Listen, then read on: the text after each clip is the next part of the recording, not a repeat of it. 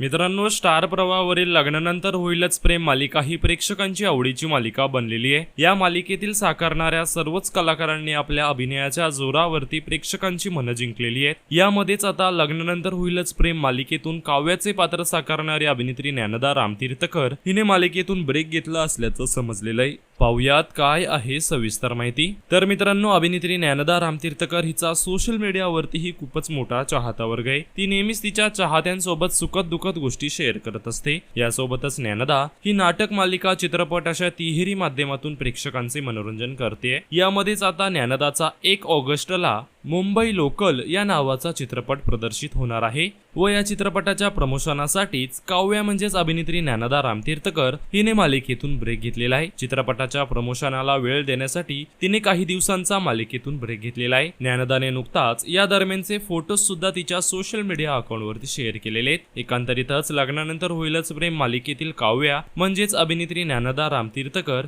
हिने तिच्या मुंबई लोकल या येणाऱ्या चित्रपटाच्या प्रमोशनासाठी मालिकेतून ब्रेक घेतलेला आहे। तर मित्रांनो, तुम्ही लग्नानंतर होईलच प्रेम मालिका पाहता का हे आम्हाला कमेंट्स मध्ये नक्कीच सांगा।